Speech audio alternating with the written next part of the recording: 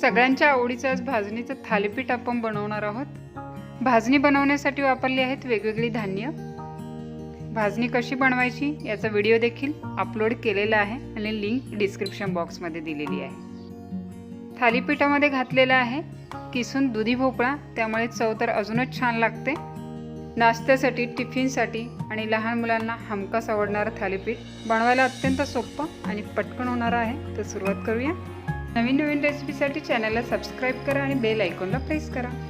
थालीपीठ बनवण्यासाठी मी इथे अर्धी वाटी कांदा घेतलेला आहे, 2 चमचे कोथिंबीर आणि साधारणतः 2 चमचे कांद्याची पात घेतलेली आहे। आणखी एक महत्त्वाचं साहित्य म्हणजे दुधी भोपळा आपण किसून वापरणार आहोत, ज्यामुळे चव अतिशय छान लागते। 1 वाटी मी भाजणी घेतलेली आहे, ज्यामध्ये वेगवेगळी धान्य वापरून ही भाजणी तयार केलेली आहे। आपण जी भाजणी घेतलेली आहे त्यात आपण पाऊण चमचा हळद मिक्स करूया। त्यानंतर साधारणतः 1 चमचा लाल तिखट टाकत आहे। लाल तिखटाचं प्रमाण तुमच्या आवडीनुसार तुम्ही कमी जास्त प्रमाणात वापरू शकता। त्यानंतर चवीपुरतं मीठ। सगळं आपण मिक्स करून घेऊया। थालीपीठाची भाजणी म्हणजे पीठ बनवताना आपण जी काही धान्य वापरलेली आहे त्याच्याबरोबर काही मसाल्याचे पदार्थ, जिरे आहे, ओवा आहे, धणे आहेत आणि त्या व्यतिरिक्त अजून काही सगळे आपण भाजून दळून घेतलेले आहेत धान्याबरोबर, त्यामुळे थालीपीठांची चव नक्कीच वाढते। मसाले मिक्स केल्याच्या नंतर आपण ही कांद्याची पात याच्यामध्ये मिक्स करून घेणार आहोत। आवडत असेल तर टाकू शकता, नाही टाकले तरी हरकत नाही। आणि त्यानंतर टाकणार आहोत हिरवीगार कोथिंबीर। त्यानंतर घालणार आहोत कापलेला कांदा। कांदा जो आहे थोडासा मोठा कापायचा आहे। थालीपीठ खाताना हा कांदा अतिशय सुंदर लागतो। सगळे आपण मिक्स करून घेऊयात। मिक्स करून झालेला आहे, तर आता याच्यामध्ये थोडं पाणी आपण घालूया। पीठ मिक्स करून घेऊयात। लागेल त्याप्रमाणे आपण याच्यामध्ये पाणी ॲड करणार आहोत।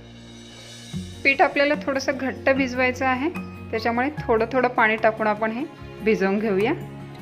त्यानंतर पिठाचा असा मळून गोळा करून घेऊया। त्यानंतर या पिठातून थालीपीठ बनवण्यासाठी आपण एक गोळा बनवून घेऊया। पिठाचा गोळा या हातावरच असं थापून घ्यायचा आहे सगळ्या बाजूने।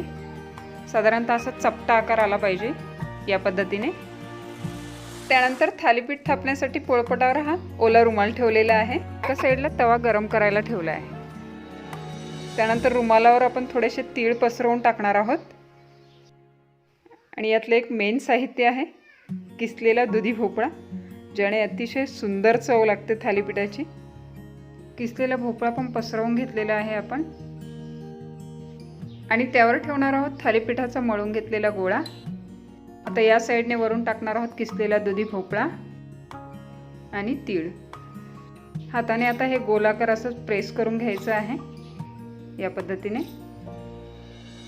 किसलेला भोपळा आणि तीळ जे आहे पिठामध्ये जर तुम्हाला मळून घ्यायचे असतील तर तेही मळून घेऊ शकता, किंवा या पद्धतीने हे असे टाकू शकता। जर गाजर आवडत असेल तर किसून गाजरही तुम्ही याच्यामध्ये वापरू शकता। मस्त कलरफुल त्याने हे थालीपीठ तयार होईल। किंवा बारीक कापलेला कोबी, टोमॅटो, मेथीची भाजी, पालकची भाजी या भाज्या देखील बारीक कापून आपण याच्यामध्ये घातल्या तरी खूप छान लागतात। थालीपीठ थोडंसं जाडसर थापून घ्यायचं आहे। आणि शेवटी पुन्हा एकदा आपण थोडेसे तीळ टाकून हे थापून घेऊया। तर गोल आकारामध्ये आपलं थालीपीठ थापून तयार आहे। तर सगळ्यात शेवटी आपण मध्ये असे बोटाने होल करणार आहोत, जेणेकरून हे व्यवस्थित भाजलं जाईल। थालीपीठ थापून तयार आहे, तर आपण हे भाजून घेऊया।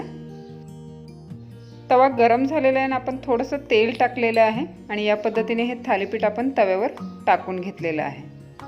यावर थोडंसं तेल सोडूया। तूप आवडत असेल तर तुपाचा वापरही तुम्ही करू शकता। झाकण ठेवूया एक 3 ते 4 मिनिटासाठी आणि गॅस मीडियम फ्लेमवर ठेवायचा आहे, जेणेकरून हे व्यवस्थित भाजलं जाईल। 3 ते 4 मिनिट झालेले आहे, तर झाकण काढून चेक करूया। वाफ चांगली आलेली आहे। तर दुसऱ्या साईडने भाजण्यासाठी थालीपीठ आपण पलटी करून घेऊया। किसून घातलेला दुधी भोपळा आणि तीळ जे आहेत त्यामुळे थालीपीठ अतिशय सुंदर लागणार आहे।